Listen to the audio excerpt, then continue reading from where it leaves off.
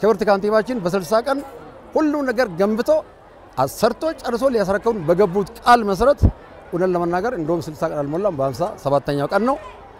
መንገድ ተሰርቶ ትምህርት ቤት ሃይ ስኩል ተገንብቶ ትራንስፖርት ገብቶ ኤቭሪቲንግ ሁሉ ነገር ተሟልቶ መጥተው መርቆ ሄዱት ዛሬም ቢሆን በመብራት ሆነ በውሃ የጎላ ችግር የለም ያው የአዲስ አበባ ያለው አዲስ አበባ እኮ በሁለት በሶስት ቀን ውሃ ይጣፋል ይመጣል ይላል ከዛ የተለየ ነገር የተሻለ እንጂ ኑሮ አየሩም ህዝቡም ያካባቢው አርሶ አደር ራሱ እንግዳ ተቀባይ ወነን ለመናገር ሰው አክባሪ ትውልድ ሁሉ ጫዋል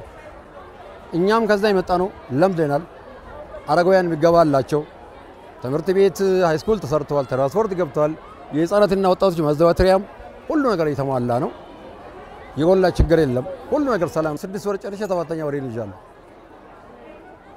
እኔ ሌላ አካባቢ 2 እና 3 አመት እንኳን ቢገነባ በዚህ ጊዜ እንዲህ ያለ ልማትና እንዲህ ያለ ትልቅ ነገር ይመጣል ብዬ አላስብም ትልቅ ነገር ተሰርቷል ምንም የሚደበቅ ነገር የለውም እዛ ስንኖር እንግዲህ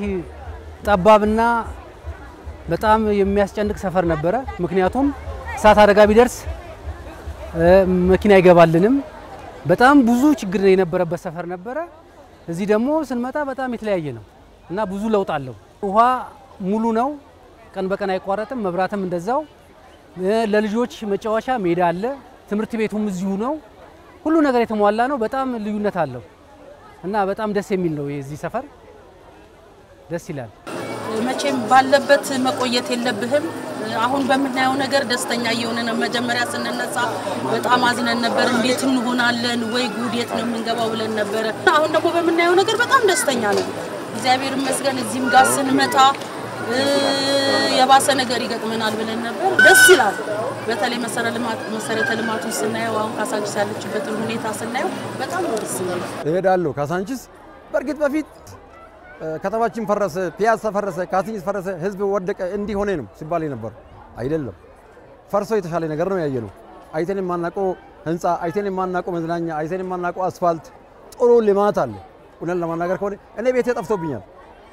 ካሳንቺስ 27 አመት የኖርኩት ሰፈራው ራሱ ቤት እንደሚገባ ጠፍቶኛል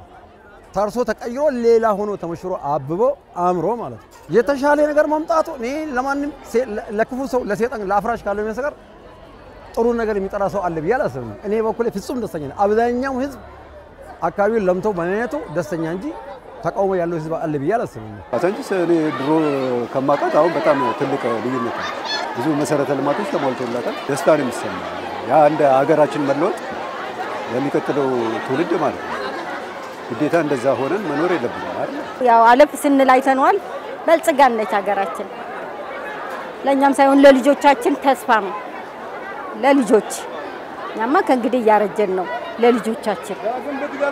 በጣም ደስ የሚል ነው አብባለች ሁለት ካሳንቺስ ሆናለች